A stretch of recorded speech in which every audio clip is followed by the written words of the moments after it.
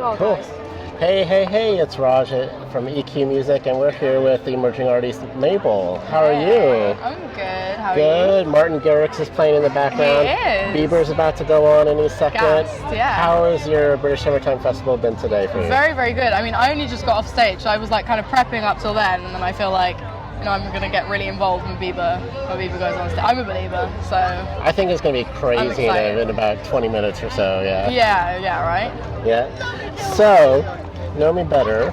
We actually wrote about the track in 2015. Oh my gosh. We're one of the BBC Sound of voting tastemakers, and we love the track. Tell us a little bit about it. I know it's rewinding a little bit, but tell us a little bit about that track. It's an important track to me. I think it opened a few doors for you. It really did. Yeah, I decided to go with that track because of the title. I think as well. I was like, you know, I was quite nervous about what people can think about like being mum's daughter, being like my dad's daughter. We're gonna get to that too.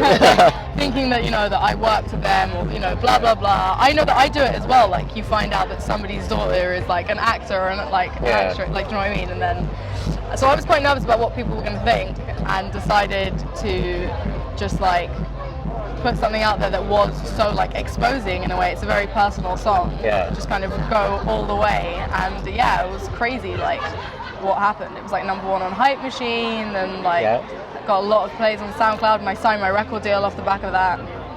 Amazing. Now, it's no secret you are the daughter of Neneh Cherry. I am. And Cameron McVeigh. What was it like growing up in a household? Was music heavily pushed onto you, or were you allowed just to kind of do your own thing and explore? Or I just want to know, what was it like?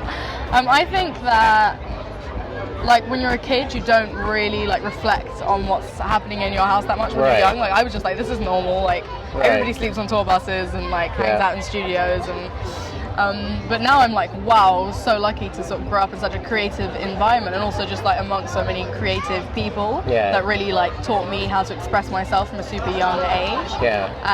And yeah, my parents, I was probably like 5 and like very sensitive, like had a lot of feelings. And my parents were like, you should like learn how to play an instrument, and like my mum was like, you should start journaling. So, and then I connected the two. So they were always like super supportive, but if I turned around and been like, Mom, Dad, I want to be a vet, they would have been like, cool, like, let's do that. That's cool. Whenever, I'm sure, like the video for Buffalo Stance would come on, and what would you think of it versus what people like my age would think of it when you'd see it?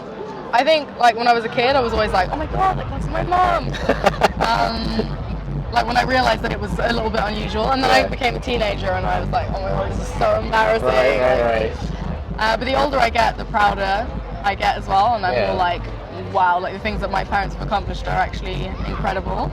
And the more I want to tell people, because also like I wouldn't be who I am without them. Absolutely. Thank you for sharing that. Appreciate it. Your video for Bedroom, quite sexy. What was it like shooting that one?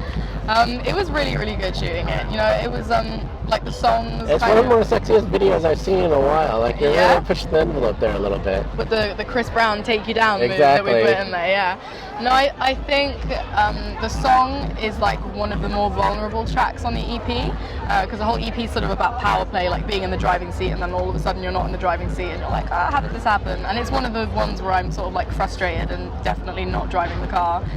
So I think like when it came to the visual, I wanted to like take the power back, like, because it's a real story, and it was my way of being like, you know what, I took that really horrible experience and I made it into something super positive, like look at me now, kind of thing.